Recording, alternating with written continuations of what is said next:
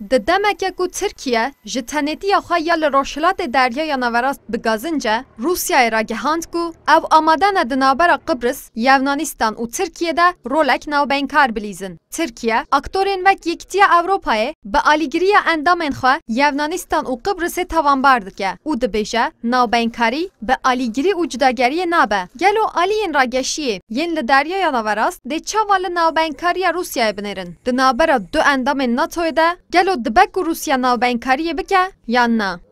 Rusya böyle bir girişimde bulundu. Türkiye'de باوکی ارنی نزی ناوبینکاریا روسیه ببله بله هلبت یونانستان جی ناتوی جی دستورات اشتک و هانادن. جخوا روسیه جی نباوره کد کارا ناوبینکاریا یونانستان و قبرس و ترکیه بکه. لبله دی ساجی پیش نیازک و هاکرن که آنگو بله امجی سقامگیریا دورت خوازن.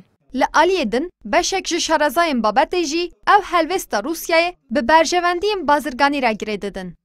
Enerji kaynağının Rusya'nın dışında Avrupa'ya gitmesi Avrupa bu Rusya'ya xaridar baştırın ye gaza sürüştüye. Eğer Türkiye yancı Yunanistan'la rojilat derya naverast gaza sürüştü peyda bike debek u tekiliyen bazırganiyen Rusya Avrupa'ya ra bikevin xateri. Jilo maji matrsidare naxa xu tekili keşe ad nabera du endamı NATO'yu da nedikirin.